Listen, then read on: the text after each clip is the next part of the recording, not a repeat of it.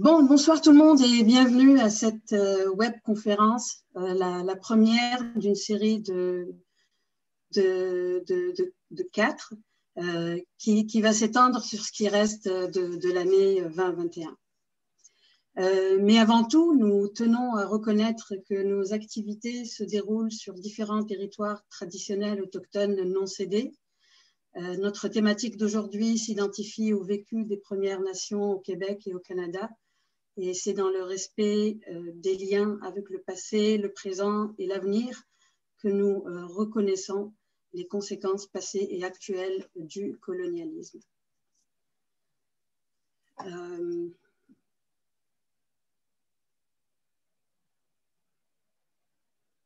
Je me présente, Nihad Ben Salah. Je suis volontaire avec Amnesty International Canada francophone depuis 15 ans maintenant. Et je m'occupe essentiellement de la coordination Israël-territoire palestinien occupé. Donc, voici comment va se dérouler cette soirée.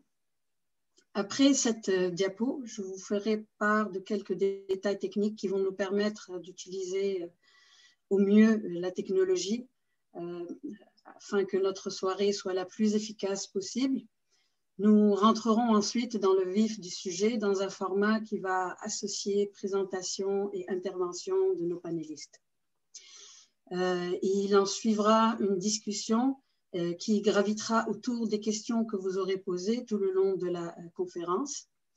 Et pendant la conférence, il y aura des intermèdes sondages où on vous demandera de répondre vrai ou faux à une déclaration qu'on vous fera. Ça permettra à tout le monde de tester ses connaissances sur un sujet tout complexe. Vous aurez, je dirais, moins de 30 secondes pour répondre et la suite de la conférence vous donnera alors la bonne réponse. Donc, concernant les détails techniques dans la diapo suivante, voici comment nous allons procéder. Comme vous l'aurez sûrement constaté, votre micro est désactivé. Bien sûr, c'est pour avoir une meilleure audibilité des panélistes. Mais vous voyez qu'il y a la fonction chat qui est là, donc vous pouvez converser avec les différents participants qui sont là, avec les animatrices. Vous pouvez aussi poser vos questions. Alors, les questions pour les conférenciers, s'il vous plaît, faites attention de les mettre vraiment dans les questions-réponses, pas dans le chat, donc dans le QR. Comme ça, moi, ça me permettrait de les voir et puis de les relayer aux conférencières. Donc, c'est le Q&A, c'est QR, mais c'est Q&A. Et dans le cas où, pendant la conférence, vous voulez tweeter sur le webinaire, donc l'identifiant, c'est celui que vous voyez là sur l'écran, @amnesty.ca. Donc, je vais passer à notre diapo, à notre sujet principal. Donc, la thématique générale de la série de 4 webconférences va tourner autour des droits humains en Israël et territoire palestinien occupé aux yeux des lois internationales. Un sujet qui a fasciné, oui, et façonné, je voulais dire, mais aussi fasciné probablement, depuis plus de 70 ans, la situation non seulement au Moyen-Orient, mais dans le monde entier. Il nous faut reconnaître que nous ne pourrions jouir de justice et liberté là où nous sommes s'il y a des peuples dans le monde qui n'en jouissent pas. Cette conférence va mettre la table et exposer l'histoire et l'état des violations des droits humains en Israël et territoire palestinien occupé. Les autres conférences de la série deviendront de plus en plus pointues pour intervenir sur des sujets plus précis, mais toujours autour de cette thématique principale. Donc, pour aujourd'hui, veuillez accueillir avec moi nos conférencières. Catherine Lucier, que certainement beaucoup connaissent, est militante bénévole pour la coordination Israël, territoire palestinien occupé de Amnesty International Canada francophone depuis 10 ans déjà. Et oui, on se connaît depuis un bon bout de temps. Catherine travaille dans sa vie de tous les jours pour le droit au logement avec le FRAPRU. C'est avec plaisir qu'on accueille ici notre invitée, Zahi Al-Masri. Zahi est une canado-palestinienne, réfugiée palestinienne née au Liban et possédant une maîtrise en administration publique et analyse politique.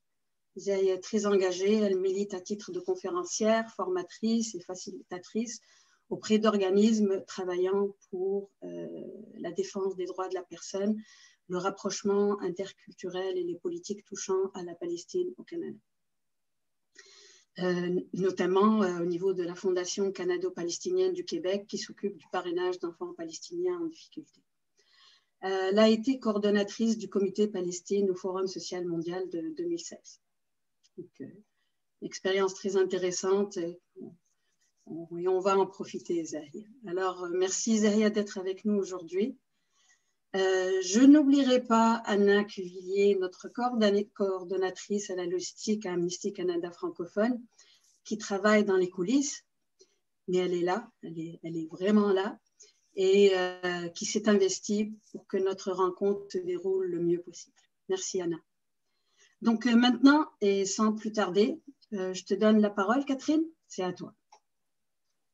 Donc, bonjour tout le monde. C'est un plaisir de pouvoir être aujourd'hui avec vous pour parler d'un sujet si passionnant, compliqué et complexe qui est, dans le fond, toute la situation là, qui se passe sur les territoires palestiniens occupés et Israël.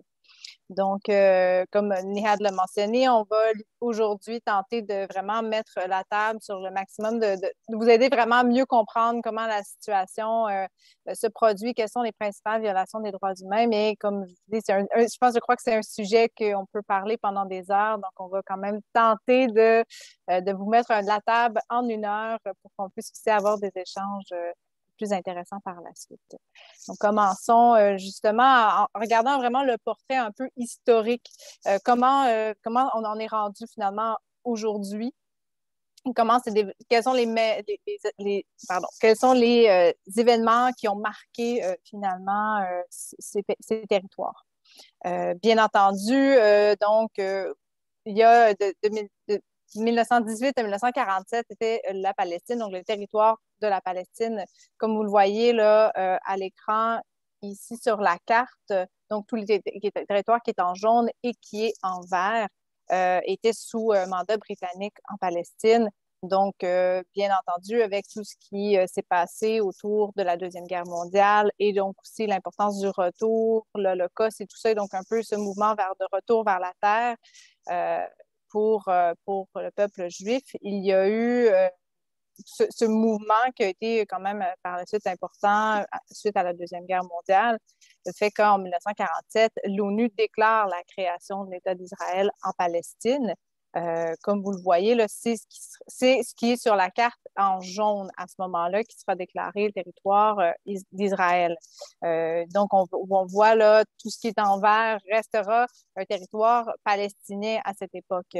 Par contre, en 1948, cette création d'Israël va quand même amener un exode de plus de 750 000 réfugiés qui devront se déplacer de la terre qu'ils occupaient vers, dans le fond. Donc, on commence déjà cette période-là, un peu l'exode et les réfugiés, dans le fond, le déplacement des Palestiniens à l'extérieur de leur terre qu'ils occupaient.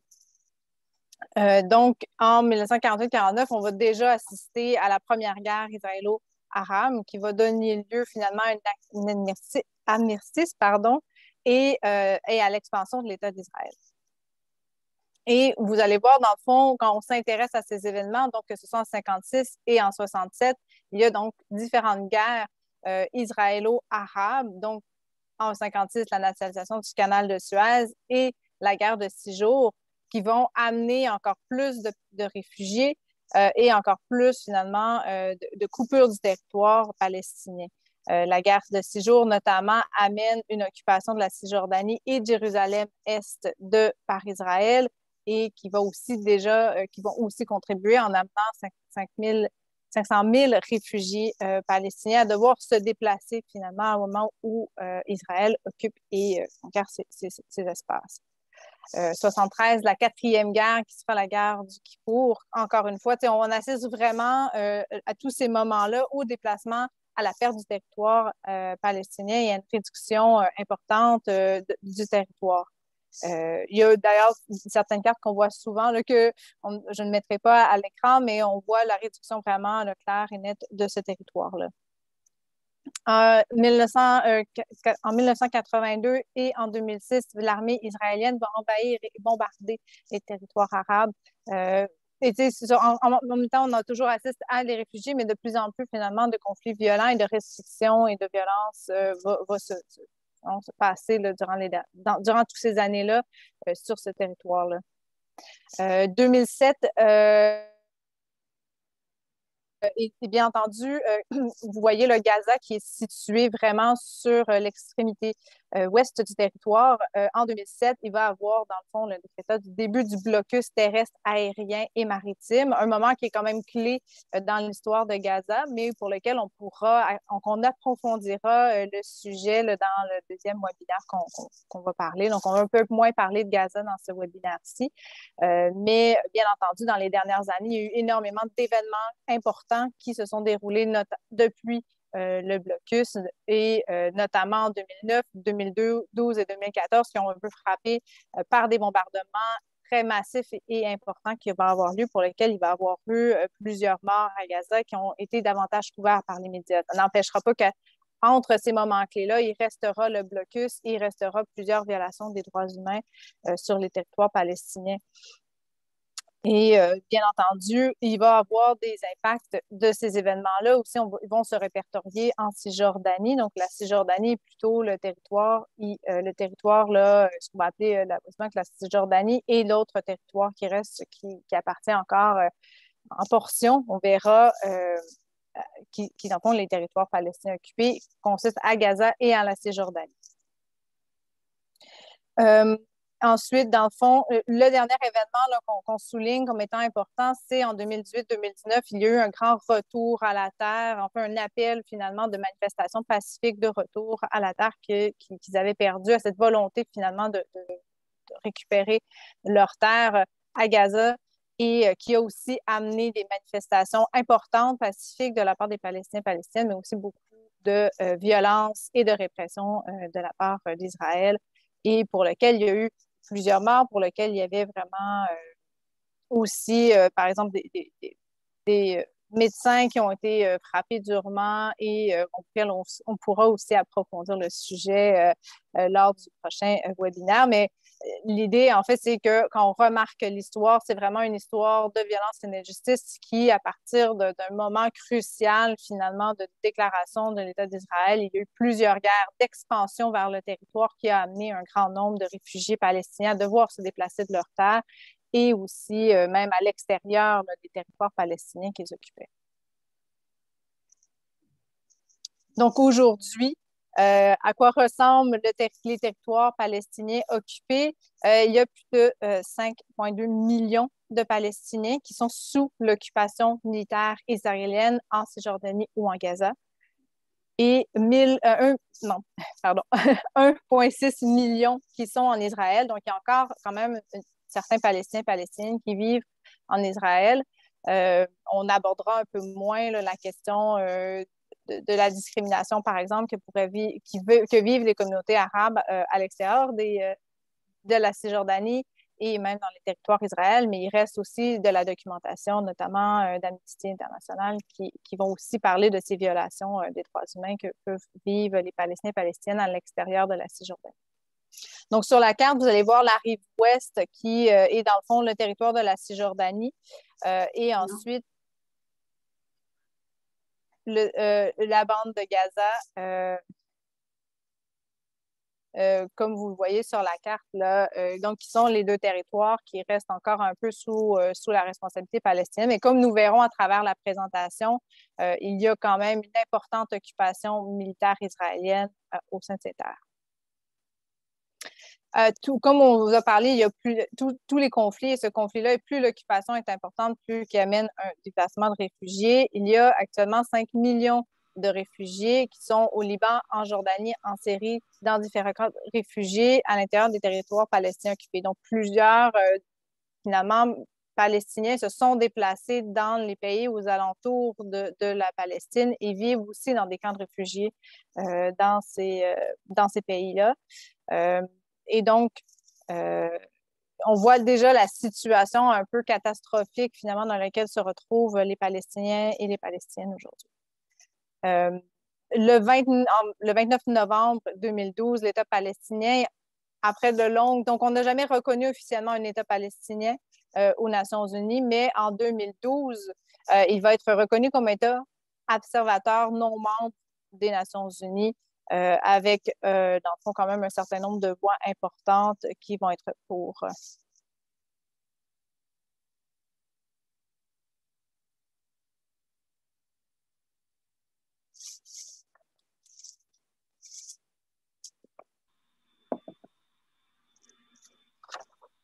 Excusez-moi. Donc, on voulait le faire éclat de l'ensemble des résolutions des Nations unies. Donc, il y a eu un grand nombre de résolutions des Nations unies dans les dernières années, notamment pour dénoncer les colonies, l'occupation israélienne. La base des Nations unies est bien évidemment et la base des lois internationales sur lesquelles, finalement, les Nations unies se reposent pour intervenir reste la Déclaration universelle des droits de l'homme et la Convention de Genève qui vont émettre, finalement, toutes ces bases-là. C'est à travers aussi ce regard-là qu'on va regarder l'ensemble des violations des droits humains aujourd'hui dans la présentation aussi, mais qui sont aussi la base, finalement, de comment les Nations unies vont prendre leurs résolutions sur lesquelles ils vont se baser pour intervenir notamment sur la question. Donc, ici, vous voyez à l'écran un certain nombre des plus importantes résolutions que les Nations unies ont prises dans les dernières années, même depuis, dans le fond, la création, la fondation des Nations unies. Donc, vous voyez, dans le fond, il y a eu une résolution pour le retrait de l'armée israélienne sur les territoires occupés en 1967 et en 1973. Donc, comme vous voyez, c'est en lien direct avec les conflits qu'il y avait eu et, dans le fond, l'occupation un peu et l'occupation qu'avait fait Israël sur le territoire palestinien à l'époque.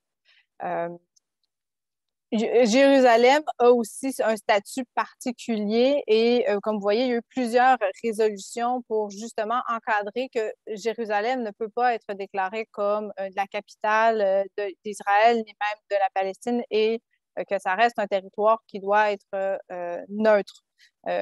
Pour cette raison, il y a eu plusieurs résolutions dans le passé pour réitérer finalement cette importance. Il y a eu aussi, comme dans le fond, basé sur l'article de la Déclaration des droits humains, que toute personne a le droit de quitter le pays, y compris les siens, et de revenir dans son pays. C'est ce qu'on remarque actuellement, que pour les réfugiés, donc le droit de retour des réfugiés reste extrêmement difficile pour les Palestiniens et Palestiniennes de revenir et de retourner dans leur pays, en fait, sur les territoires palestiniens occupés, et de pouvoir être reconnus par la suite et même de récupérer leurs terres qu'ils ont perdues à travers les années.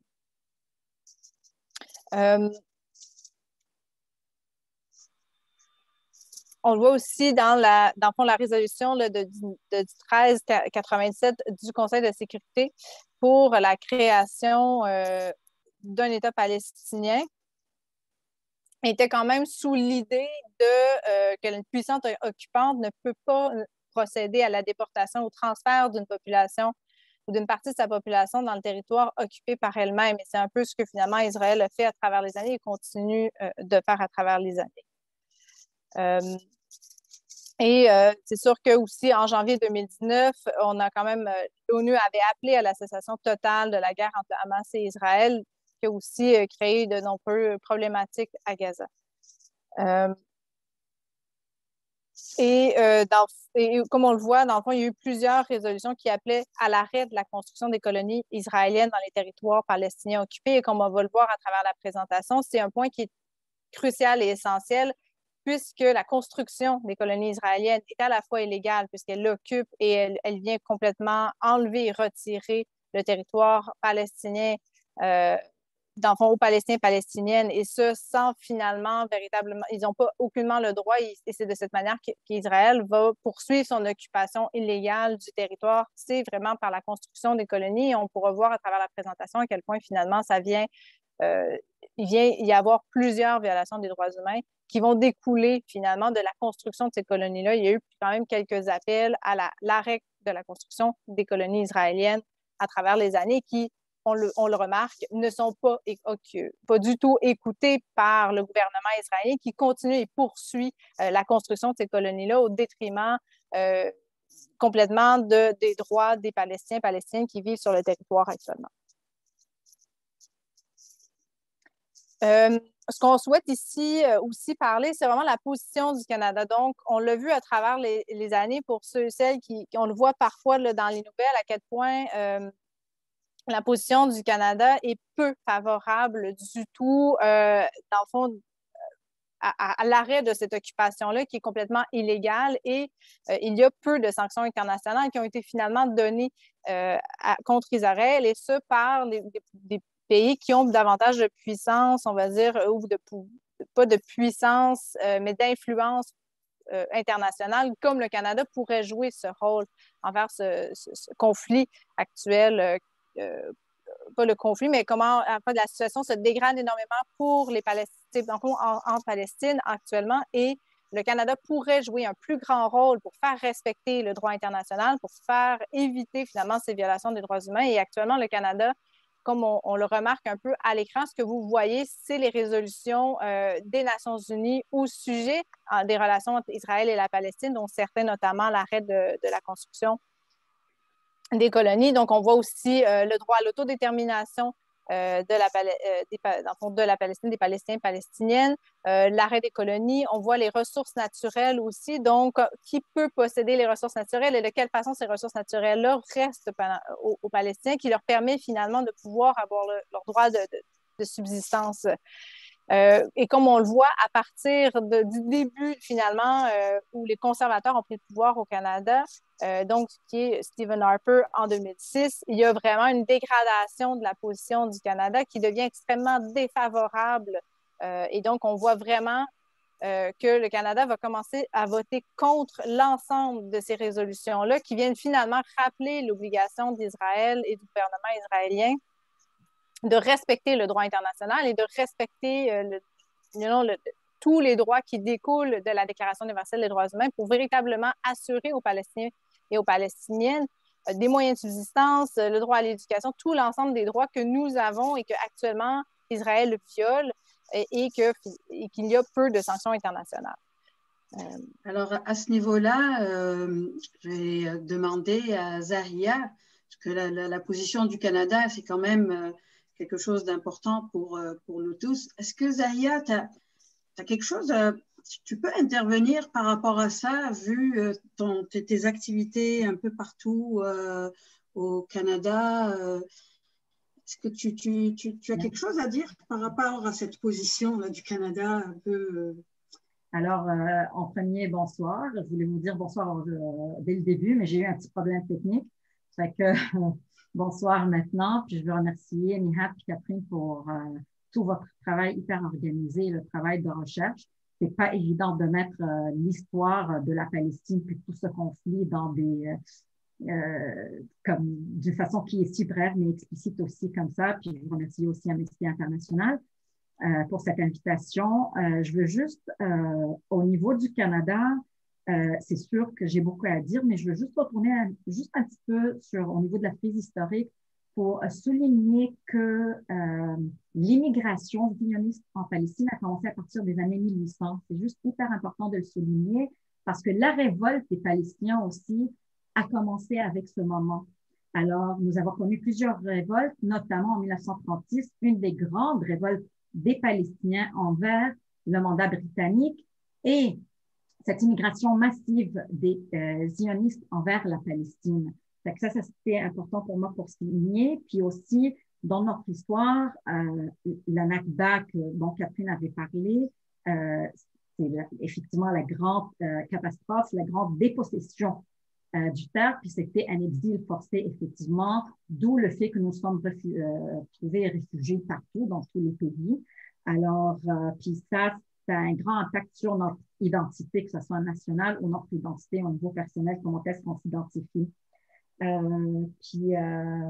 Alors, pour revenir un peu à ce que Catherine avait mentionné à propos Canada, puis la situation du Canada, en effet, on a parlé du gouvernement Harper, puis comment la position du Canada s'est détériorée, mais il faut aussi souligner que même avant, le maximum que le Canada avait fait, c'était de s'abstenir. Puis je veux juste ouvrir une petite parenthèse pour faire une distinction entre la position du Canada au niveau des affaires étrangères, la position officielle, puis ce que nous aussi, nous vivons au Québec, parce qu'il y a une grande différence. Parce qu'au Québec, il y a une grande solidarité avec la population palestinienne, avec le peuple palestinien, notamment avec des grands syndicalistes comme Michel Chartrand, puis les différents mouvements syndicalistes et les différentes organisations qui travaillent sur le terrain ici. Mais pour la position officielle du Canada, effectivement, même avant Harper, il y a eu toujours cette volonté de s'abstenir, puis même d'aller contre la position officielle au niveau des affaires étrangères du Canada. Parce que si on va au site des affaires étrangères canadiennes, on voit que c'est une position qui est quand même assez modérée, qui respecte la loi internationale. Or, dans la façon qu'ils votent auprès des Nations unies, c'est complètement à l'encontre de la loi internationale. Comme récemment, en 2019 d'ailleurs, il y a eu un article dans la presse qui est paru, puis avec le titre que je vais vous dire, aux Nations unies, un vote en faveur d'une résolution sur le droit du peuple palestinien à l'autodétermination. Alors, pour souligner qu'il y a eu un virement du gouvernement Trudeau comparé au gouvernement Harper. Cependant, cette volonté, elle a toujours été là dans le discours officiel du gouvernement canadien, comme quoi reconnaître le droit à l'autodétermination. Cependant, ils ont toujours voté contre jusqu'en 2019, où ils ont voté pour. Puis dans ce même article, ça dit que c'était un rééquilibrage plus que nécessaire concernant la politique étrangère du Canada envers la Palestine. Alors, c'est comme s'il y avait une mésentente entre ce que le Canada, la façon qu'ils agissent aux Nations unies, comparé à ce qu'ils disent qui est la position officielle du gouvernement canadien. Une autre affaire, c'est qu'il y a une entente de libre-échange entre le Canada et Israël. Et dans cette entente de libre-échange, déjà, il y a plusieurs universitaires qui se sont déjà prononcés pour revoir cette entente parce que là-dedans, les produits qui parviennent des colonies israéliennes illégales, le Canada, jusqu'à maintenant, il s'obstine puis il refuse que ces produits soient identifiés, sachant que ça va à l'encontre de la loi internationale qui exige l'identification des produits qui parviennent des colonies illégales. Alors, c'était un avocat, Dimitri Lascaris, qui se trouve aujourd'hui d'ailleurs à Montréal, qui a entrepris cette cause pour lutter, pour obtenir ce droit. Ceci n'a pas eu lieu. Mais c'est quelque chose qui reste, qu'il faut lutter contre, cette entente de libre-échange. Sachant aussi que 84% des Canadiens soutiennent la tenue d'une révision de cet article, et ça, c'est au niveau de l'entente sur le libre-échange, et ça, c'est par un sondage qui a été effectué par Voix juive indépendante et le Canadien pour la justice et la paix au Moyen-Orient. Donc, on voit plusieurs résolutions et plusieurs opportunités que le Canada a manquées, ne serait-ce que pour souligner ou pour dire que oui, nous soutenons la loi internationale, oui, nous soutenons le droit au peuple palestinien à l'autodétermination, nous respectons les résolutions des Nations unies, mais c'était toutes des occasions ratées du Canada. Puis jusqu'à maintenant, on voit toujours que le Canada, évidemment, qui se classe en arrière des États-Unis avec ses votes. Donc, cette résolution en 2019 où il y a eu un changement de vote, malheureusement, c'était la seule. C'est comme un peu un cas isolé. Parce qu'on voit tout le temps le rhétorique du Canada. Je vais vous dire même un exemple. À un moment donné, il y avait une résolution concernant l'UNRWA, qui est l'agence qui s'en occupe des réfugiés palestiniens à l'ONU. Le Canada a voté contre une résolution, sachant bien que le Canada finance l'UNRWA. Puis jusqu'à tout récemment, quand les États-Unis ont coupé leur financement de l'UNRWA, ben, le Canada a pris part aussi de cette coupure, mais là, tout récemment, le Canada a renouvelé le financement à cette agence des Nations Unies qui s'occupe des droits des réfugiés palestiniens partout dans le monde.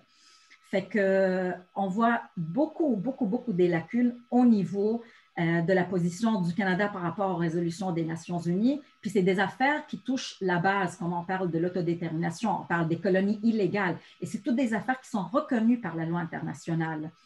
Fait que c'était vraiment à ce niveau que je voulais faire une intervention.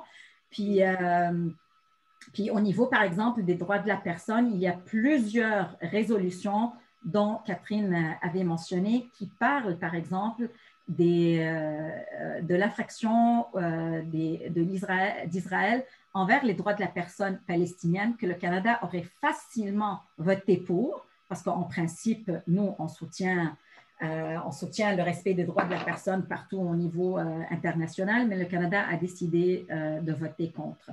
Puis, il faut juste souligner sur ce point qu'il y a un lobby qui est très fort ici. Par exemple, je peux vous donner des exemples. Pendant la campagne électorale, il y a plusieurs candidats puis candidates de toutes les partis politiques confondus qui ont été sujets aux pressions des lobbies, dont B'nai B'rith, CIJA, et toutes les partis politiques ont eu à faire avec pour essayer d'éviter des problèmes, pour avoir des étiquettes d'antisémitisme ou de quoi que ce soit. Fait que c'est toujours une affaire problématique au niveau de la politique internationale. Je ne veux pas prendre plus de temps qu'il le faut sur ce point, mais il y a beaucoup de travail à faire à ce niveau avec le gouvernement canadien. Puis notamment, il y a plusieurs organismes qui le font, puis on fait beaucoup de représentations au niveau des parlementaires pour effectivement faire beaucoup de sensibilisation et d'information, parce que la majorité des parlementaires, malheureusement, il y a un grand manque d'informations sur ce sujet. Il y a toujours de la crainte de discuter de la Palestine et des droits du peuple palestinien. Il y a toujours une forte crainte du lobby sioniste, en effet. Oui, merci Zaria. En effet, je pense qu'on peut faire tout un webinaire sur la position du Canada sur le sujet. Hein. Et puis, comment réagir par rapport à nos politiciens pour les sensibiliser aussi aux violations des droits humains. C'est important aussi d'amener ce sujet-là. À ce sujet, j'aimerais dire que Amnesty International, Canada francophone, a même signé une lettre demandant aux parlementaires de s'engager dans le cas où Israël va encore en avant dans l'annexion des territoires palestiniens, surtout après l'accord qu'ils ont eu avec Trump à l'époque, le fameux accord de paix entre guillemets. Donc, c'est sûr, c'est un sujet extrêmement vaste. Malheureusement, il faut qu'on continue. Oui. Je vais juste faire ce point, je m'excuse. Il y a 2 ans, il y a eu une des plus grandes délégations des parlementaires canadiens qui ont été visiter la Palestine et Israël. Puis je ne sais pas si parmi vous ont entendu parler ou ont eu des retombées de ce voyage, parce que je peux vous le dire, il n'y a eu aucune retombée. Tous les parlementaires sont revenus, puis c'est comme s'il y avait une demande de rester silencieux après leur retour et de ne pas dénoncer ce qu'ils ont vu. Il y a un seul parlementaire qui a tenu une conférence de presse qui était assez brève au Parlement. Sinon, on n'a rien entendu parler. Oui, et puis c'est pas la première fois à Zaria, parce que il y a eu toujours ce groupe de parlementaires, c'est le groupe Canada-Palestine, qui vont dans les territoires palestiniens pour témoigner de ce qui se passe. Et en effet, les retombées, malheureusement, on ne les voit pas, on ne les sent pas. Nous, au niveau d'Amnesty, à l'époque, je pense, il y a quelques années, on avait invité des représentants pour parler. On a fait une conférence spéciale pour qu'ils nous parlent de leur voyage. Mais à part ça, il n'y a pas eu de manifestation, je vais dire, officielle du gouvernement pour parler justement de cette activité. Alors, avant de passer plus loin, je vais demander à Anna de mettre notre premier questionnaire à nos participants. Vous avez moins de 30 secondes pour répondre. Et puis par la suite, Catherine va continuer dans le sens de cette question-là qui est 700 km de route dans les territoires palestiniens ne sont autorisés que pour les Israéliens. Est-ce qu'on parle des territoires palestiniens occupés, hein, on parle essentiellement dans ce cas-là de la Cisjordanie. Est-ce que 700 km, est-ce que c'est vrai ou c'est faux? Et puis Catherine va vous donner la réponse tout de suite.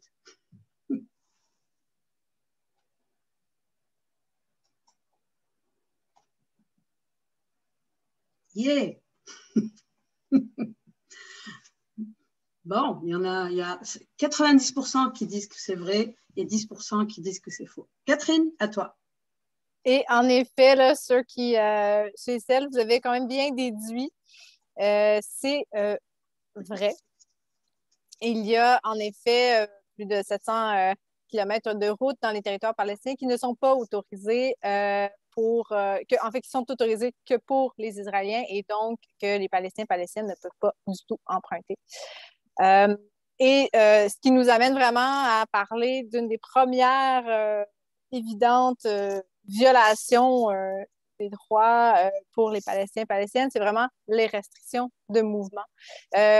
Vous voyez sur la carte présentée ici, vous voyez le tracé de la route 60. C'est d'ailleurs une des routes que ne peut qu'emprunter les Israéliens qui passent, dans le fond, à travers la Palestine, en fait, la Cisjordanie, et qui notamment cette route va relier plusieurs colonies entre elles et ne pourra être qu'empruntée que par les Israéliens. Il y aura nécessairement des conséquences. Un Palestinien ne pourrait pas rouler sans se faire arrêter et donc avoir aussi des conséquences. Ils ne peuvent pas non plus traverser cette route. Donc, si, par exemple, ils ont besoin d'aller d'un village à un autre et qu'ils devoir traverser la route, et ça ne sera pas non plus permis dans ces cas-là. Ça nous amène aussi à parler qu'en fait, il y a plusieurs niveaux de restriction de mouvement à l'intérieur même de la Cisjordanie. Je vous rappelle que la Cisjordanie est le territoire qui devrait normalement appartenir et être géré par dans le fond, les Palestiniens. Donc, il ne devrait pas y avoir d'interférence israélienne, ce qui n'est absolument pas le cas, d'où justement la dénonciation de cette occupation. Et donc, comme vous voyez sur la carte, il y a 3 zones à l'intérieur de la Cisjordanie. Et ce qui est particulièrement frappant, c'est les zones en bleu. Et cette zone en bleu, c'est une zone qui est contrôlée par, dans le fond, qui est une zone de contrôle militaire israélienne. Donc, les Palestiniennes ne peuvent techniquement pas y retrouver. Ils ne peuvent pas développer, construire, avoir de l'agriculture. Ces zones-là sont interdites, en fait. Ils ne sont pas sous contrôle du tout de l'autorité palestinienne. Ils sont vraiment sous le contrôle de l'armée israélienne. Ce qui va amener, vous allez le voir, des problématiques importantes pour les villages, pour les Palestiniens qui s'y retrouvent ou qui souhaitent rester parce qu'ils ont le droit d'occupation, parce que ça vient complètement, cette occupation-là et ce déplacement vient complètement violer leur droit de pouvoir occuper leur espace, le développer et y faire de l'agriculture. Ensuite, vous avez, là, dans le fond, les zones jaunes qui vont être des zones mixtes un peu, soit gérées par l'occupation, soit gérées dans le fond, avec l'autorité palestinienne ou gérer avec, dans le fond, il va y avoir certaines restrictions ou modes de gestion aussi israéliens. Donc, les seules zones qui sont gérées il va y avoir aussi certaines zones, certaines grandes villes qui vont être encore sous la gestion de l'autorité palestinienne, mais encore là, c'est très peu à l'intérieur. Vous remarquerez aussi les grandes colonies là, dans cette carte, on y reviendra. Mais vous voyez, par exemple, tout ce qui est vraiment en rose, c'est des colonies israéliennes, donc vous voyez quand même les plus importantes. Donc, déjà en partant, vous voyez que à l'intérieur même de la Palestine, il y a plusieurs zones qui sont restreintes. Et donc, l'ensemble des Palestiniens, les Palestiniens ne peuvent pas y aller comme ils le souhaitent. Et donc, c'est plusieurs niveaux de restriction restrictions ensuite qui vont être ajoutées, comme on l'a vu par exemple avec le nombre de routes qui ne sont pas accessibles. Donc, c'est aussi une restriction, mais aussi la restriction de pouvoir sortir de la Palestine. Et ces restrictions-là ont commencé plutôt vers 1967, comme on le voyait. Donc, avec le début de l'occupation israélienne, ont commencé aussi ces restrictions de déplacement qui ont empiré dans les années 90 et qui ont aussi empiré encore davantage et qui ont atteint quand même un niveau encore plus important avec l'intifada en 2000. Donc, à la fois, il y a des routes qui ne peuvent pas être utilisées, donc elles sont à l'usage exclusif des colonies israéliennes. Ici, il y a la route 60, mais il va en avoir un peu partout et à travers là, la Palestine. Ils vont souvent rejoindre les colonies entre elles et donc ils vont être des espaces sécuritaires pour les colons. Selon ce qu'on voit, selon ce que les autorités israéliennes vont dire. On s'entend qu'on est vraiment en train d'empêcher complètement le déplacement de l'autorité des Palestiniens. Donc, ensuite, la deuxième restriction la plus importante, c'est le tracé du mur. Donc, vous allez voir, 95% du mur a été construit par Israël. En fait, le mur construit par Israël se trouve en territoire palestinien. Sur cette terre, vous allez le voir, c'est le tracé vert. Non, pardon. Le tracé vert étant excusez-moi, je me trompe tout le temps. Oui, c'est le tracé vert. C'est le tracé vert. Excusez-moi, qui est le mur et qui va être, dans le fond, je crois, une des restrictions de mouvement les plus évidentes qu'on connaît pour les Palestiniens et Palestiniennes qui ne peuvent pas traverser ce mur sans avoir des autorisations spéciales d'Israël pour leur permettre de sortir de ce cadre-là. Il y a des terres, par exemple, qui vont avoir été complètement séparées et coupées et qui vont empêcher finalement de traverser, des familles qui vont avoir été aussi coupées de leur terre. Vous allez, par exemple, voir ici justement là, un exemple là, très classique du mur qui sépare, dans le fond, le village de Belin, en Cisjordanie. Donc, le tracé du mur a complètement séparé là, le village en deux. J'inviterais Anna à nous partager un court vidéo là, de Visualize Palestine qui montre les conséquences directes de ces restrictions de mouvement sur les Palestiniens.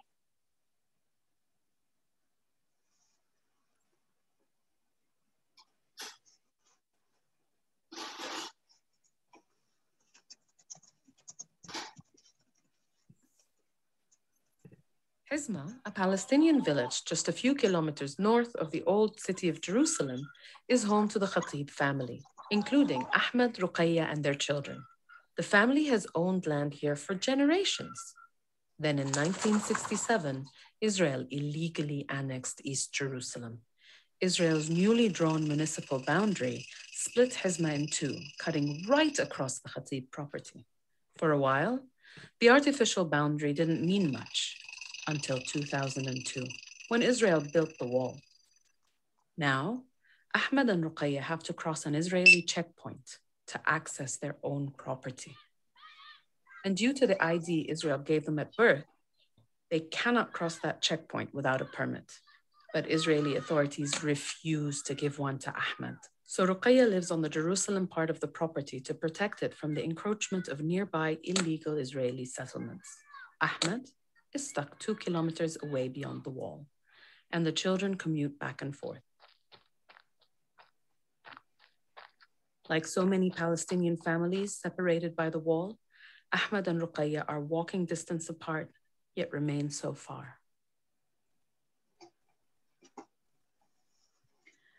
Donc, Zahia, as-tu quelque chose à ajouter par rapport à ce point-là avant qu'on passe à une autre questionnaire que Anna va nous mettre? Juste la vidéo. Moi, je me souviens, en 2016, j'ai été en Palestine avec mon fils, puis on voulait visiter Ramallah, on voulait partir de Ramallah à Jérusalem. C'est comme, disons, que je veux partir de Cartierville antique à Laval. Ça nous a pris à peu près 2 heures juste pour pouvoir traverser les différents checkpoints pour pouvoir y accéder. J'ai visité un village qui était cerné par le mur des 3 côtés, qui était renfermé des 3 côtés par le mur, qui est en passant illégal. Okay? Puis que la communauté internationale, la Cour internationale, ils ont dit que c'est une construction qui est illégale, on l'appelle le mur de la honte. Mais bon, mais c'est une atrocité. On va là-bas, puis c'est hyper épeurant. Vous l'avez visité, vous avez vu. C'est épeurant de se retrouver là-bas devant cette structure en béton qui est faite pour déhumaniser les Palestiniens. Elle est faite pour ça, pour intimider la population qui vit là-bas. Fait que, mais la vidéo, elle est excellente parce que ça démontre vraiment la division des familles. Puis il y avait une photo, on avait discuté de cette photo où la mur vient couper dans la cour de l'école. La mur, elle est venue carrément couper l'école en 2. Donc, déjà des communautés qui sont séparées et des familles qui sont séparées. Fait que... OK, on va continuer dans notre... Alors, on est à la phase du questionnaire. Anna? Oui. Tu peux nous mettre le prochain questionnaire? Donc, dans les territoires palestiniens, il y a 50 points de contrôle israéliens. Est-ce que c'est vrai ou c'est faux, ça?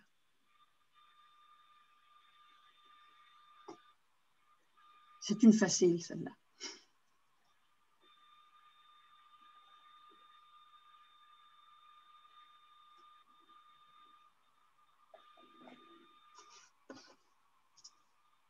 On peut arrêter, Anna? Alors, il y a 76% qui disent que c'est vrai et 24% qui disent que c'est faux. Catherine, qu'est-ce que tu dis? Ben, je dis qu'on a des gens très informés et en effet. Non, en fait, excusez-moi, je relis l'énoncé. Et en fait, c'est faux parce qu'il y a plus de 50 points de contrôle israéliens en Palestine, en Cisjordanie. Il y a en fait 593 points de contrôle. Excusez-moi, je vais vous montrer. Oui, il faut que tu passes. Il faut que je passe la diapositive. Oui, donc il y a 593 points de contrôle en Palestine et peu ayant en témoigné finalement de l'impact que ça peut avoir. Et vous avez sur la carte, là, justement, en fait, vous voyez environ des checkpoints, donc des points de contrôle à différents endroits. Là, vous allez les voir aussi sur les routes principales. Il faut dire qu'il y a différents types de points de contrôle. Donc, il y en a qui sont davantage stables, donc qui sont permanents. Et il y a aussi des volatiles qu'on va trouver des fois sur la route qui vont être mis une journée différente. Il va en avoir à différents endroits. Et des fois, ils vont être fermés, des fois, ils vont être ouverts, dépendamment de la conjoncture, dépendamment de ce qui peut se passer en Palestine ou même de la conjoncture un peu du territoire international, qui vont ouvrir, fermer et qui vont vraiment créer un stress immense parce qu'on ne sait jamais est-ce que je vais être capable de traverser, est-ce que je vais pouvoir y aller ou pas. Hier, je pouvais, aujourd'hui, je ne peux pas. Donc, ça cause quand même énormément de problématiques et qui vient directement violer l'article de la Déclaration des droits Convention universelle des droits de l'homme, que dans le fond, techniquement, toute personne devrait pouvoir circuler librement et de choisir son lieu de résidence à l'intérieur. Et on le voit clairement qu'actuellement, tout ça n'est pas permis et est complètement violé là, par le contrôle et l'occupation israélienne en Palestine. Catherine, si je me permets, juste ces points de contrôle, il faut souligner, là, dans cette prochaine photo, c'est toutes des soldats israéliens qui sont armés jusqu'aux dents. Et c'est des jeunes, fait que l'ardeur des jeunes, imaginez toutes des jeunes, pleins d'hormones, qui sont sur les points de contrôle, puis ils ne parlent qu'en hébreu. Fait que peu importe quelle langue tu parles, peu importe qu'est-ce que tu fais, peu importe ton âge, puis comme tu l'as dit, si par exemple tu es un étudiant, puis tu as un examen, puis il s'avère que le point de contrôle est fermé, tant pis, ils ne vont pas refaire l'examen, ça y est, tu as raté. Si tu es un ouvrier ou une ouvrière qui veut traverser, parce qu'il y en a plein qui traversent pour travailler en Israël, ça c'est tout un autre sujet aussi, il faut se rendre au point de contrôle à 3 heures le matin pour pouvoir se rendre à ton travail à temps. Et même si tu as le permis, le soldat peut facilement te dire « Non, tu n'as pas le droit de rentrer aujourd'hui, même si tous tes papiers sont conformes. » Et, on voit dans la photo que montre Catherine, on voit le point de contrôle de Qalandia qui est fameux le tristement fameux point de contrôle qui sépare la Cisjordanie et Jérusalem-Est. Pour être passé par ce point de contrôle, c'est parfois complètement... les gens sont entassés les uns sur les autres, et puis c'est ce que vous voyez dans la photo, c'est vraiment aussi étroit que ça. Et on peut perdre des heures et des heures à attendre, justement, à la fois soit s'il y a beaucoup de gens, mais des fois juste parce qu'ils vont faire plusieurs regards de sécurité qui peut prendre plusieurs heures. J'ai un beau souvenir de ce point de contrôle. Et vous allez voir ça comme un peu Zaya expliquait, là, vous voyez aussi sur l'autre photo un point de contrôle là, qui est volant justement, donc qui est sur une route. Ils vont arrêter là, les Palestiniens. Les plaques sont de différentes couleurs, ce qui permet facilement et rapidement d'identifier les voitures qui peuvent être palestiniennes, et donc de les arrêter aussi, et donc de les fouiller, là, et ça sans raison nécessaire. Là, donc, ils vont seulement le permettre et ainsi contrôler le passage. Okay. Donc là, Anna, je vais te demander aussi de nous mettre le prochain questionnaire, s'il te plaît. Mais nous aurons l'opportunité de continuer d'en parler si vous avez des questions à la fin de la présentation. Oui. Dans les territoires palestiniens occupés, il y a 50 colonies habitées par 50 000 juifs israéliens. Est-ce que c'est faux ou c'est vrai?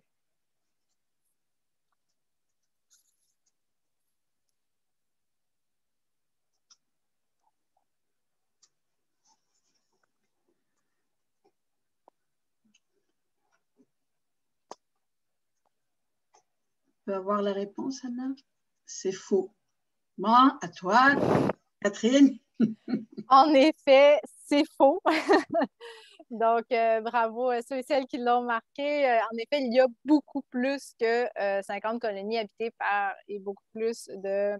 Donc, on va parler de plutôt plus de 250 colonies. Et comme j'expliquais depuis le début, on s'entend que c'est continuel la construction des colonies. La carte que vous avez à l'écran actuellement là, vous montre justement là, un peu l'ensemble de ces colonies qui viennent finalement complètement, encore une fois, violer directement le droit international, puisque la puissance occupante, comme on le voit dans la 4e Convention de Genève, ne peut pas procéder à la déportation, au transfert du non-parti occupé. Et c'est ce qui arrive finalement là, quand on vient décider d'occuper ce territoire-là, que ce soit justement pour occuper des terres qui sont des fois agricoles, qui appartenaient à d'autres usures, et qu'on vient finalement imposer des colonies israéliennes. Donc, pour répondre à la question, il y a combien de colons israéliens? Oui, j'en arrivais justement à ça. Donc, dans ces colonies-là, actuellement, il y a 622 670 colons qui habitent environ, qui habitent en Palestine, finalement, dans ces colonies. Et bien entendu, Israël a le contrôle complet des colonies, des zones avoisinantes, et ça correspond à environ 43 % de la Cisjordanie. Donc, encore une fois, là, on vient véritablement voir l'impact direct de cette occupation sur le déni des droits, finalement, de pouvoir occuper sa propre terre et pouvoir le gérer aussi. Puis, c'est juste pour ajouter, les colonies, elles sont des structures hyper imposantes, puis elles sont énormes, puis la majorité sont construites sur des points très stratégiques qui sont hautes, sur des montagnes. Puis la façon qu'elles sont construites, c'est comme une communauté qui est renfermée, et les colons sont armés et protégés par l'armée israélienne au besoin. Que ça, on l'a vu dans plusieurs, récemment, on l'a vu par exemple à Jérusalem, mais on l'a vu dans Haï Jarrah aussi, on l'a vu dans plusieurs autres lieux en Palestine. Mais croyez-moi, la première fois moi, que j'ai vu une colonie, je croyais que c'était un truc extraterrestre de l'extérieur parce que c'est tellement fortifié, puis c'est tellement une structure qui est imposante pendant la journée, mais pendant la nuit, c'est fait pour, encore une fois, intimider la population qui est aux alentours. Fait que ce n'est pas comme genre des petites communautés qui sont renfermées juste toutes seules. Non, c'est des structures qui sont énormes puis imposantes. Puis j'imagine, on va parler après en termes de l'accès à l'accès des ressources naturelles, parce que ça, c'est une affaire qui est très frappante, la différence dans les colonies et les territoires palestiniens. On peut voir justement à l'écran deux exemples. Puis, la première, justement, que vous voyez à votre gauche, c'est justement une colonie. Je sens que ça revient un peu à ce que tu terminais de dire, là, Zaya. On voit c'est dans la vallée du Jourdain, qui est justement dans zone C, donc une zone occupée militairement.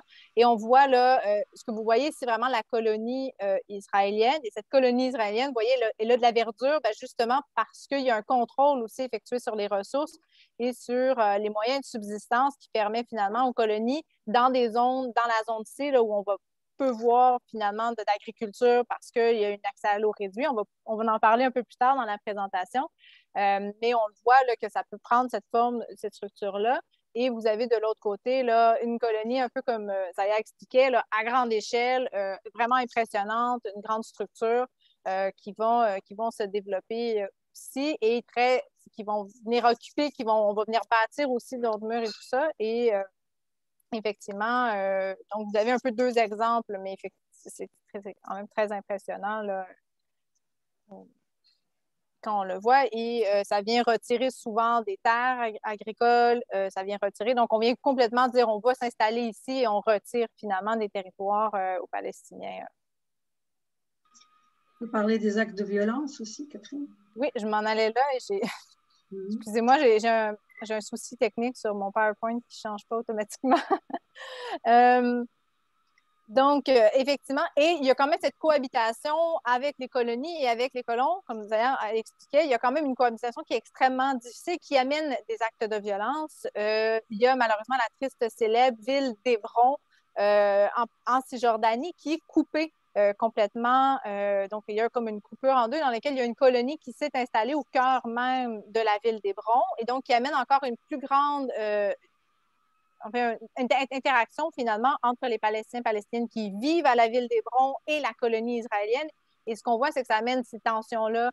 Et il y a vraiment des actes de violence qui sont posés de la part des colons envers les Palestiniens. Et donc, ce que vous voyez à l'écran, finalement, c'est des statistiques sur le nombre de blessures, le nombre d'incidents, vous voyez le nombre de blessures, d'incidents, et même des incidents faisant des victimes, justement parce que souvent les colons ont des armes avec eux. On va aussi voir, par exemple, proches d'une école, des enfants qui vont lancer des roches à des enfants palestiniens. Donc, il y a vraiment plusieurs actes de violence qui vont être posés. On va brûler des oliviers, on va contaminer des nappes d'eau, justement, pour que les Palestiniens n'aient plus accès à ces ressources-là. Donc, il y a vraiment une cohabitation qui va être extrêmement difficile. Et effectivement, Hébron est un exemple, mais on va le voir un peu partout là, à travers la Cisjordanie, ces différents types d'actes de violence menés vers des colons, vers des Palestiniens et Palestiniennes, vers les territoires, justement un peu pour les pousser là, davantage à vouloir quitter ou en tout cas vraiment créer une atmosphère qui est très néfaste. Encore là, ça vient directement violer les droits des Palestiniens. Puis la situation que tu as mentionnée, Hébron, c'est une situation qui est vraiment une catastrophe humanitaire parce que les colons qui sont là, on a la rue, une des rues principales, là où il y a l'ancien souk d'Hébron qui est là. Puis juste en haut, il y a les colons. Fait que les propriétaires des commerces palestiniens en bas, ils se font lancer soit des roches, soit tout genre, voyons, des ordures, de l'eau, toutes sortes de trucs juste pour nuire aux propriétaires des commerces palestiniens, puis c'est devenu comme un village vraiment où il n'y a personne qui peut circuler parce que les colons sont vraiment armés jusqu'aux dents et c'est hyper dangereux. Nous, quand on a été là-bas, on a été obligés d'y aller avec des gens de la Croix-Rouge et des Nations Unies juste pour circuler un peu, pour visiter quelques lieux. Fait que c'est une situation qui est vraiment inhabitable. Puis il y a un groupe d'ailleurs des militants palestiniens qui ont créé une chaîne YouTube, je n'ai pas le lien, mais je peux vous l'envoyer, qui surveille ce que les colons, les activités des colons envers la population palestinienne. Mais quand on regarde ça, c'est vraiment, on ne peut s'empêcher que d'agir, puis de dire comment est-ce qu'on se tourne les yeux sur ce qui se passe maintenant en Palestine, surtout en Hébron, mais il y en a plein des exemples comme Hébron, mais puis c'est une atrocité. Catherine nous poursuit. Et donc aussi, ce mouvement de colonisation qui va justement avoir lieu crée notamment aussi de l'expropriation parce qu'on va beaucoup le remarquer, notamment à Jérusalem-Est. Et vous avez ici une photo là, justement du quartier Sheikh Jarrah. J'espère que mon accent n'est pas trop... qui est justement visé particulièrement parce que, bon, il y a aussi cette volonté là, de reprendre Jérusalem donc, on va pousser les familles donc, qui vont occuper des maisons, on va aller complètement occuper des maisons et exproprier des familles palestiniennes qui vivent dans ces quartiers. Il y a d'ailleurs en ce moment là, trois évictions encore là, pas en cours présentement, mais qui risquent d'arriver dans les prochains temps à Sherjak. Et vous voyez là, finalement un peu comment ça se procède. On arrive, on va sortir finalement les familles, puis on va installer une famille finalement israélienne, un colon israélien qui va venir finalement parce qu'on va leur avoir offert cet espace-là, mais on est vraiment en train de violer encore une fois la même convention, la Convention de Genève pour justement retirer et installer tout simplement des colons israéliens à la place. Donc, ça aussi, c'est tout un mouvement, là, il y en a qui est hyper important et qui fait que les familles palestiniennes se retrouvent aussi un peu à devoir quitter des endroits qu'ils doivent habiter, tout ça parce qu'ils ont perdu leurs biens. Donc, on vient complètement de leur retirer des fois la maison qu'ils ont même bâtie, qu'ils ont eux-mêmes acheté et payé. Et tout ça sous les principes de loi que met le gouvernement israélien en disant qu'il ne peut plus occuper ces espaces-là.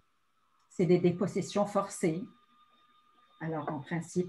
Puis le même exemple, tu as montré Jérusalem. À l'intérieur même de Jérusalem, l'ancienne Jérusalem, il y a plein des exemples comme ça où ils rentrent puis ils commencent à habiter salle par salle dans la maison.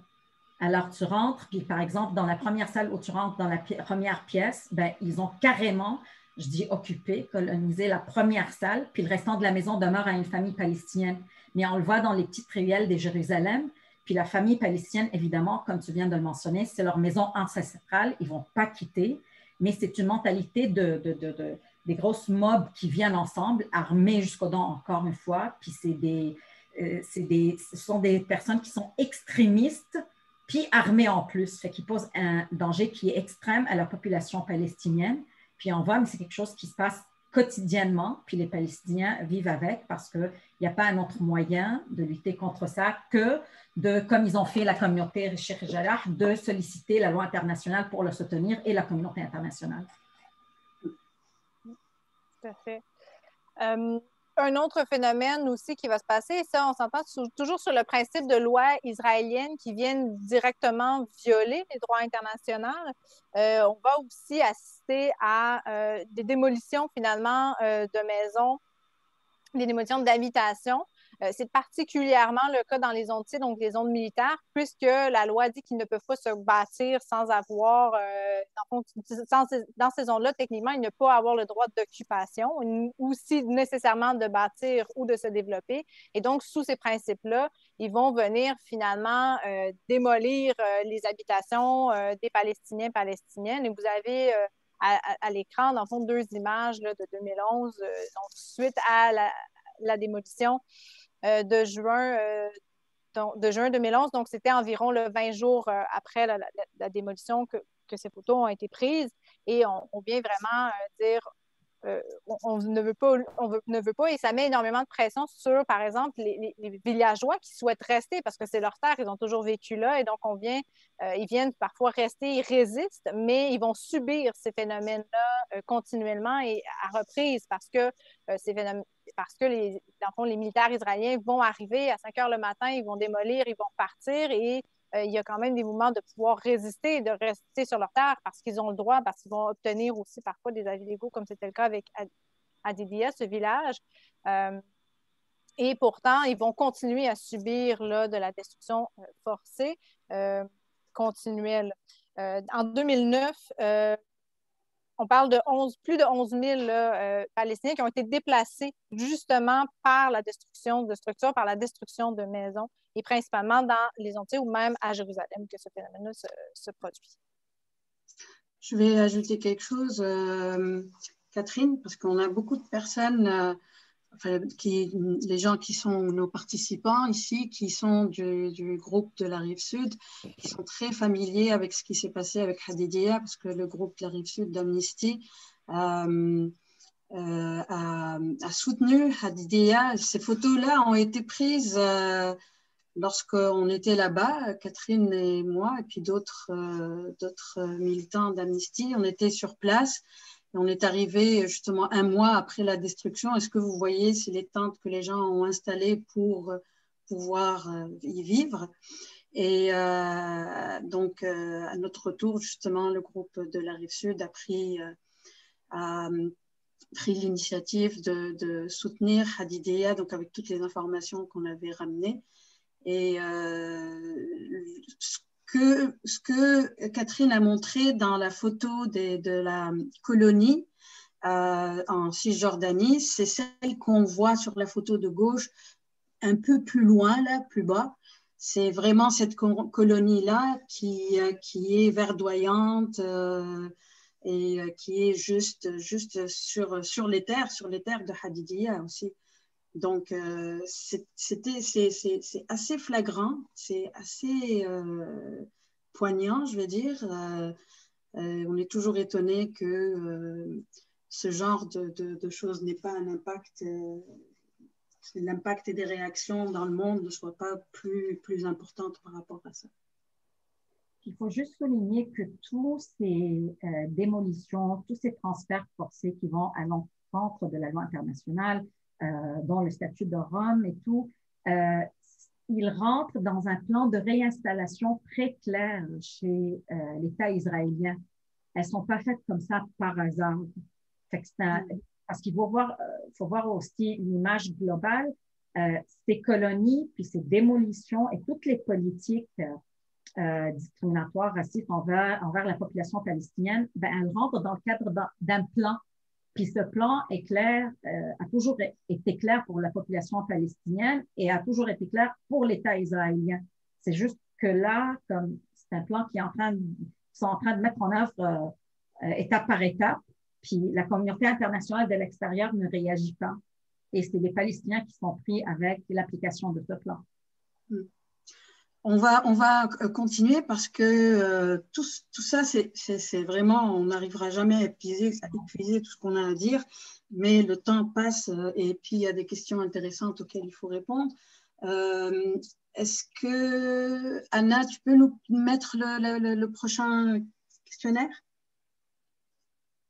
Alors, selon les lois militaires israéliennes, un Palestinien peut être arrêté pour une période de 6 mois renouvelable à l'infini, sans jugement ou procès. Est-ce que c'est vrai ou faux?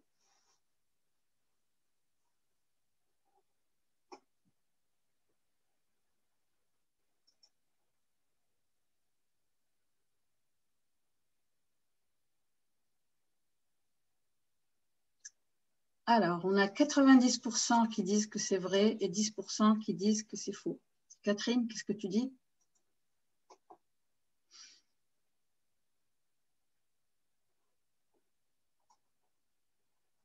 Catherine, on ne t'entend pas. Excusez, j'ai une fonction de couper mon micro différente. Donc, j'ai dit, en effet, c'est vrai. Donc, bravo à tous ceux et celles qui ont dit vrai.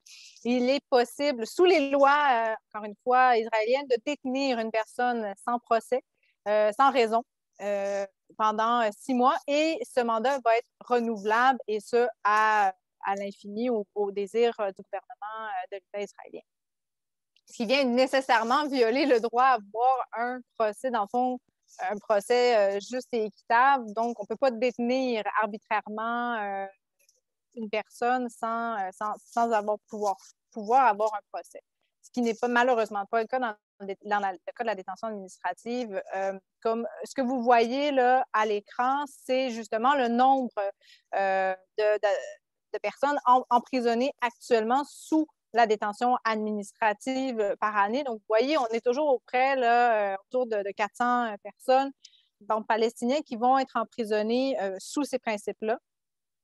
Et ce qui va être extrêmement difficile, c'est qu'ils vont à la fois pas avoir de raison, souvent avoir de la difficulté et à pouvoir juste communiquer avec un avocat. On ne saura jamais la raison pour laquelle ils vont avoir été emprisonnés. Leurs familles aussi ne pourront pas obtenir d'informations, parfois avoir difficulté de contact. Les prisons dans lesquelles les Palestiniens vont être déplacés ne sont pas toujours faciles à connaître pour les familles et donc vont être aussi très éloignés des endroits où, par exemple, les familles vont se retrouver. Donc, on parle vraiment d'un isolement assez clair.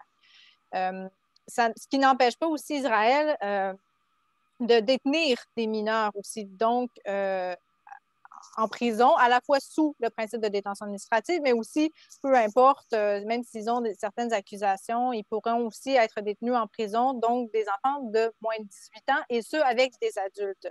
En 2021, c'était 140 enfants qui se retrouvaient en prison actuellement, dans des prisons israéliennes, justement là, pour différentes raisons, même sous la détention administrative. On parle vraiment que c'est quand même contraire au droit international. En 2017, c'était environ 700 mineurs qui avaient été, dans le fond, c'est environ 700 mineurs par année qui vont être arrêtés à différents moments et emprisonnés. Peut-être que les peines ne resteront pas très longtemps, mais on parle vraiment qu'Israël va avoir cette idée de détention administrative permet de faire une répression claire et précise sur des Palestiniens qui pourraient, par exemple, parler contre l'État israélien, qui pourraient vouloir faire de la sensibilisation, des activistes, finalement, vont se retrouver sous la détention administrative, et ça, pendant plusieurs années. Il y avait eu d'ailleurs quelques grèves de la faim menées par des Palestiniens, Palestiniennes, emprisonnés sous ce principe-là, justement, voulant que ça change et voulant pouvoir avoir un procès juste et équitable et connaître les raisons pour lesquelles ils avaient des détentions. Il y a eu quelques mouvements de grève de la faim, d'ailleurs, qui se sont produits dans les prisons il y a quelques années déjà, mais à différentes reprises aussi, il y en a eu. Catherine, juste pour noter que le Canada n'a toujours pas, on a parlé tantôt de la position au niveau international du Canada envers la Palestine. Parmi les résolutions des Nations unies, le Canada n'a toujours pas clairement condamné les abus des enfants palestiniens détenus par Israël. Alors, puis il y a eu plusieurs recours, plusieurs organismes internationaux pour dire que oui, étant que le Canada est un signataire de la Convention des Nations unies, relevant de droits de l'enfant et tout, fait qu'il faut qu'il condamne ça d'une façon claire, mais le Canada ne l'a toujours pas fait. Anna, je vais te demander de mettre la dernière question qu'on va poser à nos participants. L'OMS, donc l'Organisation mondiale de la santé, recommande un minimum de 100 litres par personne par jour d'eau. Okay. La consommation des Palestiniens est à ce minimum. Est-ce que c'est vrai ou c'est faux?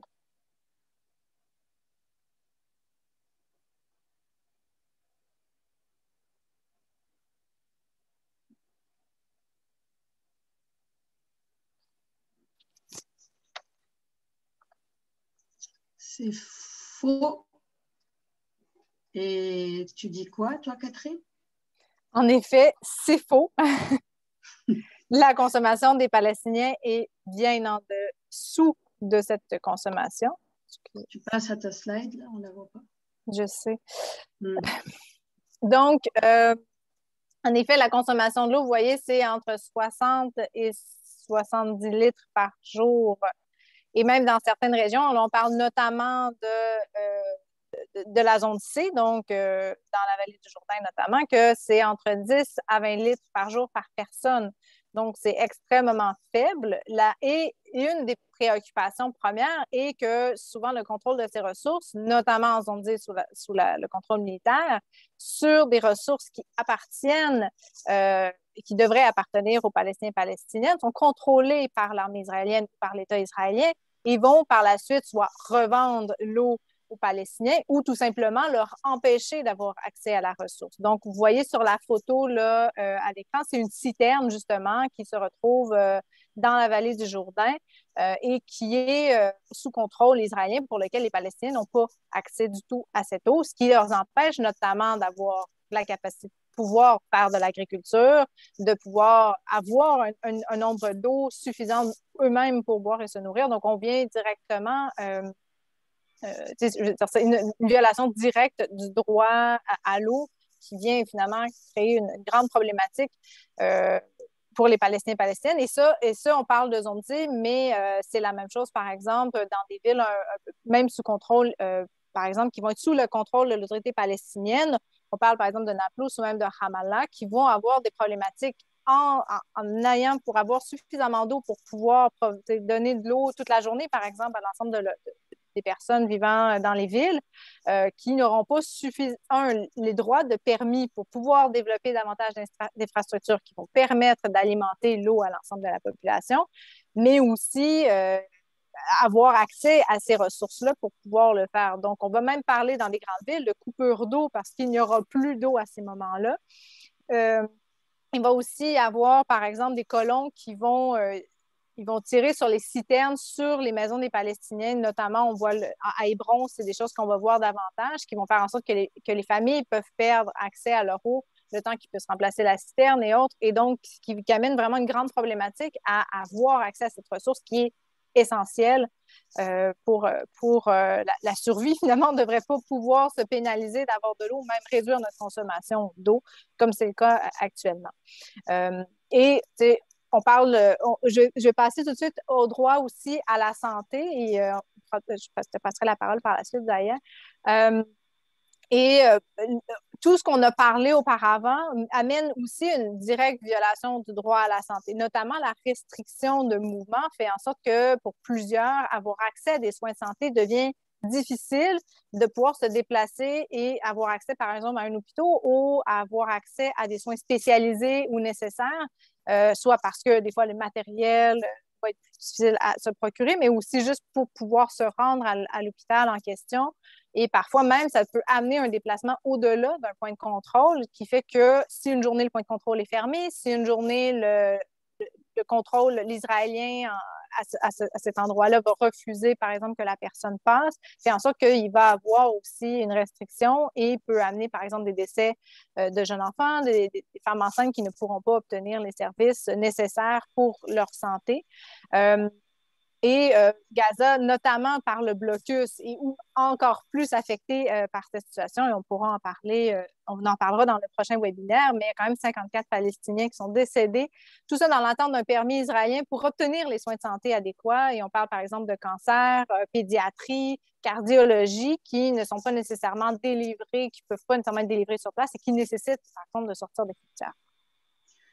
Tu peux continuer dans le droit à l'éducation, parce que ça reste dans le droit économique et social. Donc, on va passer à travers tout ça.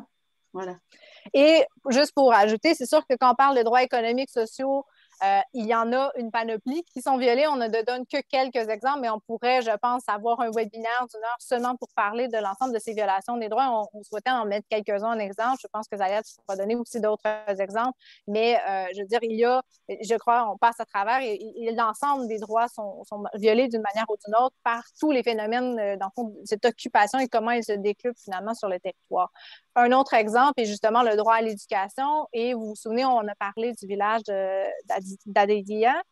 Et là, vous voyez justement, à cause des points de contrôle, de la difficulté d'accès finalement, fait en sorte que pour les enfants palestiniens de ces villages-là, si, ils devraient aller à l'école à tous les jours, et on s'entend, il n'y a pas d'autobus qui les prend et qui les amène à l'école, doivent marcher soit 45 km, soit espérer que les points de contrôle soient ouverts et pour leur permettre finalement de traverser. Et si les points de contrôle sont fermés, bien, les enfants ne peuvent tout simplement pas aller à l'école cette journée-là. Ce qui fait que pour les parents, parfois, leur seule option pour leurs enfants, pour qu'ils puissent avoir accès à l'éducation, c'est de les envoyer et qu'ils vivent soit dans le village ou à proximité des villages où il y a des écoles, ce qui amène une grande détresse. Et là, on parle d'enfants de 5 ans, 6 ans, 7 ans qui vont complètement être déracinés de leur famille pour pouvoir avoir accès à une éducation finalement de base. Ce qui amène évidemment une violation claire et nette du droit à l'éducation où tout enfant devrait avoir accès à une éducation gratuite. Et on le voit ici, et ça c'est un des cas, mais je pense qu'on pourrait parler et avoir plusieurs autres exemples dans ces cas-là. Mais c'est clair que pour plusieurs Palestiniens, se déplacer pour avoir accès à une éducation reste difficile. On parlait du cas aussi de Hébron où les enfants reçoivent de l'intimidation seulement pour se déplacer vers l'école, ce qui amène des situations de stress quand même et de détresse des enfants, et c'est vraiment pas des climats idéaux pour l'apprentissage. Et donc, on pourrait ensuite nommer comment tout ça, je pense qu'on pourrait nommer plusieurs autres exemples, et sur ça, je pense que je te passerai la parole.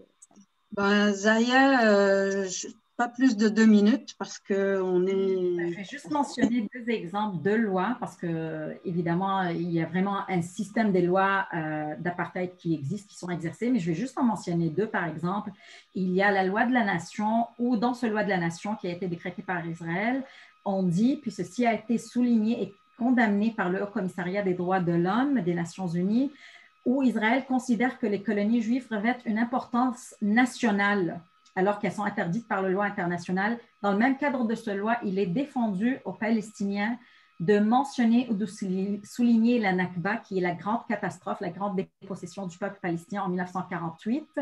Alors, ceci, ils peuvent être emprisonnés pour le mentionner. Il y a d'ailleurs une organisation qui s'appelle Zochorot en hébreu, Zikrayat en arabe, qui parle et qui commémore la Nakba chaque année, malgré le fait qu'ils peuvent se faire emprisonner. L'autre loi que je voulais aussi mentionner, c'est la loi contre le regroupement familial.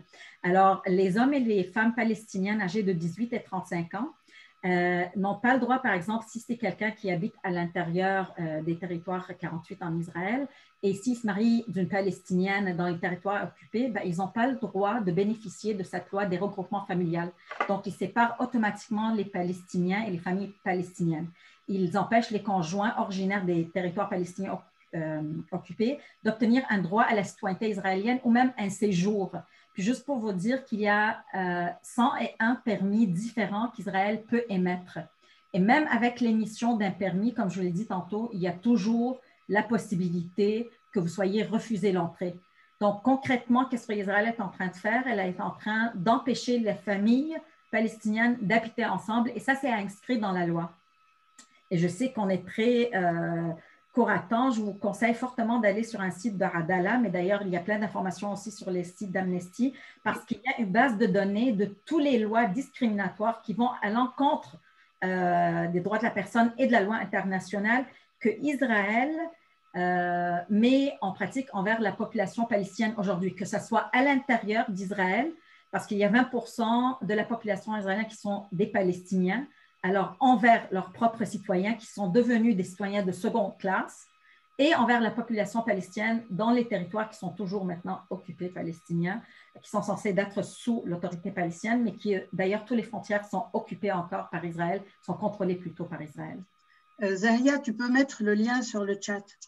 Oui, absolument. Oui. Et puis, juste pour vous dire que on va vous envoyer, donc on a le nom de tous les participants.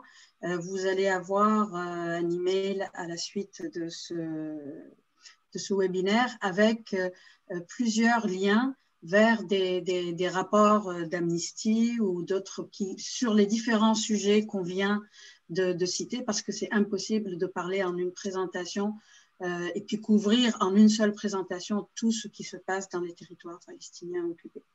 Donc, vous aurez aussi cet email avec les différents liens. Là, on est arrivé à la fin de notre présentation. Mais il y a des questions qui ont été posées, questions intéressantes. Il nous reste 5 minutes. Je vais essayer de prendre quelques-unes pour en répondre. Il y a Jean Santirosier. Bonjour Jean, qui a posé une question très intéressante. Il dit, est-ce que les critiques envers Israël sont considérées au Canada antisémites? Zahia, je vais te laisser répondre à cette question. Tiens. Oui, d'ailleurs, on a eu tout récemment plein de discussions qui ont eu lieu parce qu'il y a une nouvelle définition de l'antisémitisme qui a été proposée. Et d'ailleurs, il y a plein des organisations qui se sont levées contre l'adoption de cette proposition parce que dans cette proposition, les exemples qui ont été utilisés, en effet, rendent de façon équivoque n'importe quelle critique de la politique de l'État d'Israël, okay? Alors c'était équivalent à de l'antisémitisme. Donc, c'est quelque chose qu'on est en train de… Il y a toujours une campagne pour lutter contre l'adoption de cette nouvelle, nouvelle définition sur l'antisémitisme. Mais en principe, il y a plein d'organisations, dont Voix juive indépendante et d'autres organisations juives partout dans le monde qui proposent une autre loi pour combattre vraiment l'antisémitisme. Parce que comme toute forme de haine, il faut combattre l'antisémitisme. Et la proposition qui existe maintenant ne fait rien pour avancer l'antisémitisme et pour effectivement dire que non, c'est une forme d'expression haineuse. Alors malheureusement, nous sommes encore plein au milieu de ce combat pour lutter contre cette adoption de cette nouvelle définition. Puis moi, je vous conseille fortement de parler avec vos membres parlementaires pour faire beaucoup de sensibilisation. Voix juive indépendante, ils ont plein de ressources sur ce fait pour dire c'est quoi le vrai antisémitisme puis comment est-ce qu'on peut lutter contre cette forme de haine. Et il ne faut pas dire que chaque critique d'État d'Israël, c'est équivaut à l'antisémitisme. C'est comme si moi je disais, si je veux parler des droits des Autochtones aujourd'hui au Canada, alors forcément, je n'aurai pas le droit parce que ça veut dire critiquer l'État canadien. Ben non, j'ai le droit d'en parler parce que c'est quelque chose qui est une vérité qu'on ne peut pas nier. Même chose si je veux parler de n'importe quelle autre forme de haine, il faut le séparer d'une critique légitime d'un État qui existe avec ses propres droits puis ses propres lois. Oui, merci Zahia. Et puis c'est vraiment un sujet sur lequel il faut vraiment qu'on reste à l'affût parce que tous, nous, aujourd'hui, dans ce webinaire, si cette définition passe, on est susceptible d'aller en prison. Donc c'est vraiment très important qu'on soit à l'affût de ce qui se dit. Puis, au niveau d'Amnesty, on est aussi à l'affût de ça. Et là, il y a une question, justement, puisque je vais enchaîner sur une question de Judith, qui dit que est-ce que Amnesty reçoit des pressions ou même des menaces concernant leur point de vue sur la Palestine? Alors, je vais pouvoir te répondre, Judith. Les chercheurs, les membres du secrétariat international d'Amnesty International qui sont à Jérusalem sont sous une très grande pression de la part d'Israël. C'est essentiellement ceux qui sont là-bas. Il y en a un, par exemple, qui, lui, il vit à Ramallah, mais il travaille dans le bureau d'Amnesty à Jérusalem et ils lui ont interdit l'accès à Jérusalem. Donc, il y a vraiment beaucoup de pression, surtout pour ceux qui sont sur place, ceux qui essaient de faire du travail sur place. Ici, au Canada, Israël n'a pas vraiment encore son mot à dire, donc on travaille, on continue à travailler et on continuera à travailler de toutes les manières. Mais oui, définitivement, même les membres d'Amnesty ne sont pas à l'abri de ces sanctions, de menaces, de toutes sortes de choses. Nihat, tu l'as mentionné qu'il faut qu'on reste vigilant. Je peux vous dire qu'au niveau des conseils municipaux, il y a plusieurs conseillers municipaux qui ont essayé, par exemple, à Côte-des-Neiges, Notre-Dame-de-Grâce, Lionel Pérez a présenté cette motion, même si cette motion n'a pas de portée légale, mais ils ont passé malheureusement cette motion. Puis il y a eu beaucoup de mobilisation, mais malgré ceci, cette motion, cette nouvelle définition a été adoptée. C'est symbolique, mais quand même, ça a été adopté. Ça veut dire, c'est comme carrément dire aux militants puis aux militantes de nous museler, puis qu'on ne peut plus parler des droits de la personne ou de la loi internationale des Palestiniens, parce que, veut pas, ça va être, nous serons étiquetés pour dire que nous sommes des antisémites, ce qui est en soi une accusation qui est très grave. Oui, absolument. Là, on a épuisé notre temps. Mais il y a un dernier mot que je vais dire, et puis c'est en même temps une réponse à une question de Jean qui disait que les nappes phréatiques de Gaza vont être épuisées en 2022. Je pense que c'est pire que ça, mais on va en parler en long et en large dans notre prochain webinaire. Puis si tu peux, Catherine, mettre la prochaine slide qui annonce justement la prochaine web conférence qui va avoir lieu le 15 juin sur Gaza. Donc Gaza, une prison à ciel ouvert. Et puis c'est une conférence, web conférence qui va avoir lieu à midi parce qu'on va avoir un invité de Gaza. Donc Ziad Medour. Et puis Ziad, on l'a choisi parce que c'est un professeur de français qui est bien évidemment à Gaza, puis très au courant de ce qui se passe sur le terrain et qui va nous donner des informations sur ce qui se passe en direct. Donc, on est obligé de faire à midi parce qu'à ce moment-là, il va être 19h à Gaza. Et puis, on va vous attendre avec impatience. Je vous remercie tous, je vous remercie pour votre présence, je vous remercie pour vos questions et pour vos réponses aussi. Et puis, j'espère, merci beaucoup Zahia, merci Catherine, puis merci beaucoup, beaucoup Anna. Et puis, on va se revoir, je l'espère, le 15 juin. Merci tout le monde. Merci à tous, bonne soirée. Bonne soirée.